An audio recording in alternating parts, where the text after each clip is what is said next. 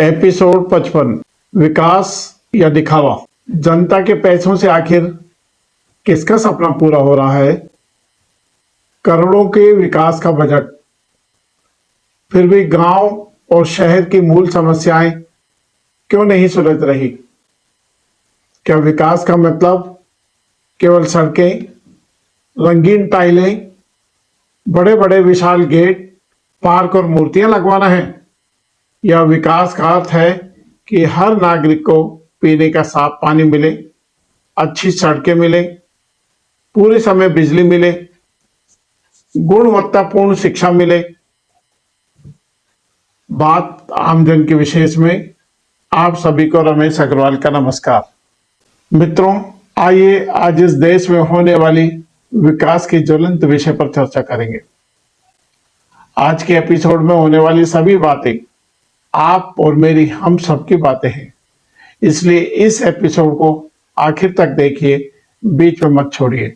सबसे पहली बात है, आखिर विकास कैसे होते हैं?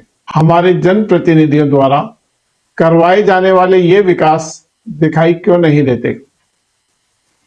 सरकारें अक्सर विकास को उन कार्य से जोड़ती हैं जो दिखाई दे, जैसे सड़क निर्माण, भवन निर्माण, पार्क निर्माण, स्टेडियम, फव्वारे लगवाना, सड़कें चौड़ी करना, शहर में जगह जगह स्वागत द्वार बनाना, शहर का सौंदर्यीकरण। लेकिन आम नागरिक पूछता है कि मेरे घर में पीने का साफ पानी कब आएगा? बिजली कटौती कब रुकेगी? अस्पताल में डॉक्टर कब मिलेंगे? स्कूल में शिक्षक कब पूरे होंगे? आइए यहीं से दिखावटी विकास और जीवन स्तर सुधारने वाले विकास का अंतर समझते हैं। सांसद और विधायक का असली काम क्या है? बहुत लोग मानते हैं कि विधायक सड़क, नाले, नाली, बिजली की समस्याएं और अन्य जन समस्याएं दूर करने के लिए होते हैं। कानून बनाना, सरकार से जवाब मांगना, जनता की समस्या उठाना, विकास कार्यों की अनुशंसा करना, यही किसी क्षेत्र के विधायक और सांसद की भूमिकाएं होती है। फिर सवाल उठता है कि यदि किसी क्षेत्र में आजादी के बाद से आज तक वर्षों तक पीने का साफ पानी नहीं पहुंचा, क्यों आखिर हर आदमी को अपने घर में आरओ सिस्टम लगाने की जरूरत पड़ती है? क्यों नहीं आजादी के बाद आज तक कोई भी सरकार इस देश में हमारे घर में पीने का साफ पानी नहीं पहुंचा पाई? ये जिम्मेदारी किसकी है? आजादी के बाद केंद्र सरकार और विभिन्न राज्यों की सरकारों द्वारा अब तक सड़क, घर घर बिजली और घर घर पानी पहुंचाने के नाम पर एक अनुमान के अनुसार 170 से 230 लाख करोड़ रुपए खर्च किए जा चुके हैं। और इतने खर्चे के बाद भी रिजल्ट आप और हम सबके सामने है। फिर मित्रों, ये बजट जाता कहां है? आइए देखते हैं भारत में विकास के लिए पैसा कहां कहां से आता है।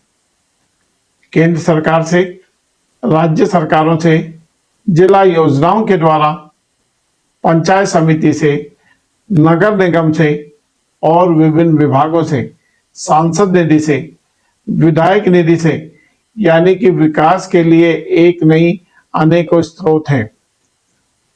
अब प्रश्न उठता है कि जब इतने स्रोतों से विकास का पैसा आता है, फिर भी समस्याएं क्यों बनी रहती हैं?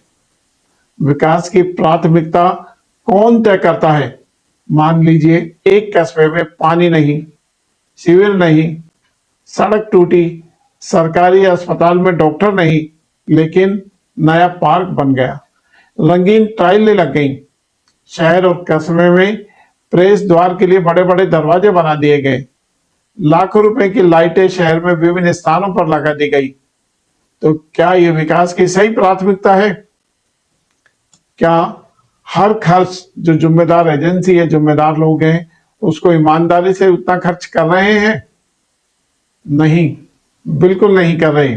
ये बात आप और हम सब भी खूब अच्छी तरह जानते हैं कि आजादी के बाद सांसद और विधायक निधि से कितना पैसा खर्च हो पाता है और कितना नहीं होता है। कई स्थानों पर फ्लाईओवर जरूरी होते हैं, पार्क जरूरी होते हैं, खेल मैदान जरूरी होते हैं, सामुदायिक भवन जरूरी होते हैं, लेकिन अगर ये सब चीजें सरकार बनाकर भी दे दे तो क्या उस स्तर की बनाकर दी गई है जितना पैसा कागजों में इन चीजों को बनाने के लिए स्वीकृत किया गया था? क्यों बार बार सड़कें टूट जाती हैं? किसी भी राज्य में किसी भी पार्टी की सरकार आ जाए, सरकारी योजनाओं के मित्रों यही हाल रहते हैं। 2023 में सड़क बनी, 2024 में पाइपलाइन डालने के लिए सड़क तोड़ दी गई, 2025 में फिर सड़क बनी, 2026 में सीवर लाइन डालने के लिए फिर सड़कें तोड़ दी गई। तो क्या ये जनता के पैसे का सर्वोत्तम उपयोग है? क्या ये प्रशासन के विभिन्न विभागों के बीच में सामंजस्य नहीं है? विकास की राजनीति चुनाव से पहले सड़कें, टाइल, शहर की रंगाई पुताई, स्ट्रीट लाइट अचानक तेजी से क्यों बनने लगती हैं? क्या ये संयोग मात्र है या मतदाताओं पर दृश्य प्रभाव डालने और उनको ललचाने के लिए ऐसा किया जाता है, या ये राजनीति का हिस्सा है? सरकार ही नहीं, हम सब भी इसके लिए जिम्मेदार हैं। हम अक्सर वोट दे देते हैं, फिर 5 साल तक चुप हो जाते हैं। कितने नागरिक हैं जो ग्राम सभा में जाते हैं? कितने लोग हैं जो नगर परिषद की बैठक में रुचि लेते हैं? सूचना के अधिकार के तहत आरटीआई के लिए कितने लोग इस कानून का उपयोग करते हैं? विकास कार्यों की गुणवत्ता पर क्यों नहीं सवाल पूछे जाते हैं? लोकतंत्र केवल जनप्रतिनिधियों की नहीं, आम नागरिक की भी इतनी बड़ी जिम्मेदारी है। दुनिया में क्या हो रहा है? दुनिया के अन्य देशों में नागरिक budget, social audit, online project tracking, सार्वजनिक प्रगति रिपोर्ट जैसी व्यवस्थाएं अपनाई गई है। यहाँ स्थानीय समुदाय भी प्राथमिकताओं पर बढ़ चढ़कर अपनी राय देते हैं। भारत में कुछ राज्यों और नगर निगमों ने ऐसा प्रयोग शुरू किया था, लेकिन लोगों की अरुचि के कारण वो प्रयोग आगे नहीं बढ़ पाया, उनका ज्यादा विस्तार नहीं हो सका। आखिर इन समस्याओं का समाधान क्या है? हर विकास कार्य का क्यूआर कोड, जैसे हम अन्य चीजें स्कैन करते हैं, वो स्कैन करने पर दिखाई देना चाहिए, जिसमें दिखाई दे कि इस प्रोजेक्ट में लागत कितनी आई, ठेकेदार ने क्या काम किया, गुणवत्ता एजेंसी ने अपना काम ठीक से किया कि नहीं, समय सीमा में किया कि नहीं, कि जो निश्चित जो समय तय हुआ, पता लगा कि ये काम उससे 2 साल निकल गए लेकिन अभी भी पूरा नहीं हुआ है, और निर्धारित अवधि से पहले निर्माण में दोष आ जाने पर इस निर्माण कार्य को करवाने वाली एजेंसी द्वारा इसके पुनः निर्माण की निश्चित अवधि भी इस क्यूआर कोड को करते समय उसमें आनी चाहिए। हर वार्ड के विकास की प्राथमिकताएं तय होनी चाहिए। सबसे पहले पीने का साफ पानी दुनिया के अन्य देशों की तरह हमारे घर घर तक पहुंचना चाहिए, फिर सड़क, फिर सीवर, फिर पार्क इत्यादि। सोशल ऑडिट होना चाहिए इन सब चीजों का।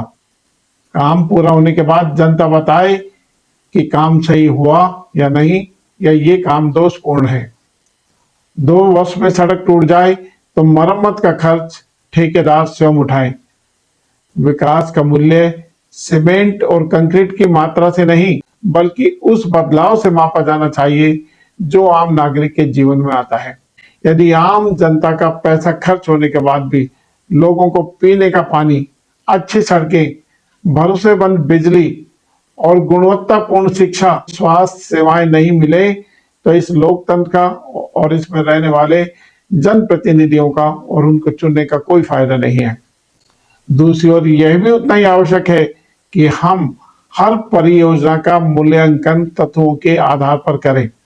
जहां अच्छा काम होता है उसकी भूरी भूरी प्रशंसा होनी चाहिए, और जहां कमियां हैं वहां जवाबदेही निश्चित होनी चाहिए, तय होनी चाहिए। बात आमजन के विशेष में आज इतना ही। कल फिर किसी नए विषय के साथ आपके सामने उपस्थित होंगे। अगर आपको ये चैनल पसंद आया तो इसे शेयर करें, लाइक करें, सब्सक्राइब करें। आपका बहुत बहुत धन्यवाद। शुभ रात्रि, नमस्कार।